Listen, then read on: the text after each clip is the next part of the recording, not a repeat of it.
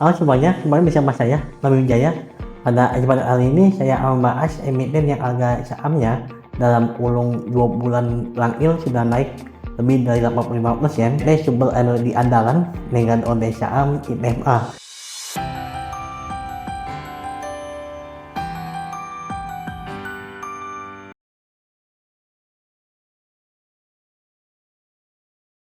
Pendapatan ITMA per 30 Juni 2024 sebesar $118.000 atau naik 1,8% secara year-on-year, yang berasal dari jasa konsultasi itu sebesar $13,300 atau turun 4,52% secara year-on-year, dan jasa sewa pembangkit listrik tenaga mesin gas yang sebesar $25,200. Jadi ITMA adalah perusahaan yang bergerak di bidang jasa konsultasi untuk sektor pertambangan dan energi. Karena ini merupakan perusahaan konsultan, maka terkadang memang mereka tidak memiliki JOGS seperti terlihat pada laporan keuangan untuk periode yang sama pada tahun lalu, sehingga laba bruto itu mengalami penurunan ya, meskipun tadi pendapatannya naik karena pada tahun lalu itu tidak ada JOGS. Dan perlu diperhatikan ya, angka pendapatan sebesar $114.000 ini kalau dioperasi mata uang rupiah dengan asumsi USD/IDR itu Rp15.233, maka akan menjadi Rp1,8 miliar. Rp1,8 miliar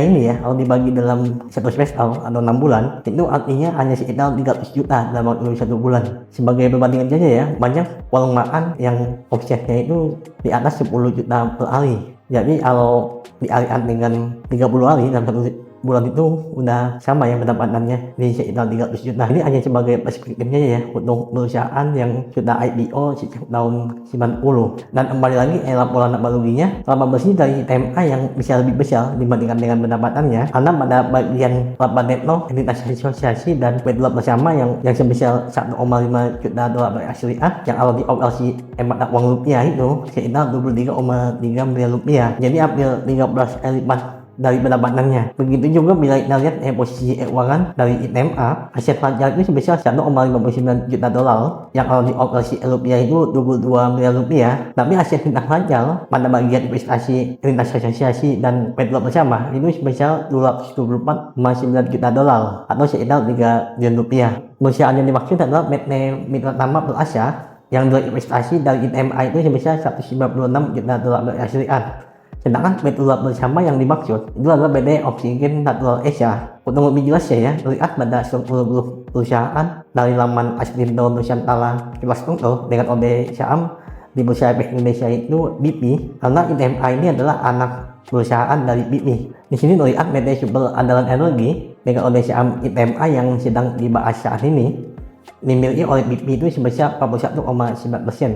Sedangkan BP sendiri itu dimiliki oleh publik itu sebesar 64,21%, dan PT Indotech Perkasa itu sebesar 22,92%. PT Indotech Perkasa ini adalah perusahaan yang beroperasi di bidang infrastruktur energi. Fokusnya adalah menyediakan fasilitas yang mendukung industri energi di Indonesia seperti terminal batubara dan fasilitas transportasi. Sebelumnya ini berfokus pada eksploitasi sumber daya, namun sekarang sudah beralih pengembangan infrastruktur yang terintegrasi, termasuk pengelolaan dan pengangkutan energi seperti batubara. PT Mitra Tama Perkasa sendiri yang menjadi sumber laba bagi ITMA dimiliki 30% oleh ITMA dan itu dimiliki oleh BP hampir 70%. Berdasarkan dari laman BP, saya berpasnya Mitra Tama Perkasa atau yang disingkat dengan MP adalah perusahaan yang berfokus pada layanan terintegrasi di sektor batubara, termasuk penyewaan pelabuhan dan fasilitas penghancuran batubara. Saat ini MP memiliki 4 pelabuhan yang semuanya terletak di Kalimantan. Sebagai kesimpulan, saya buat 2 hal dari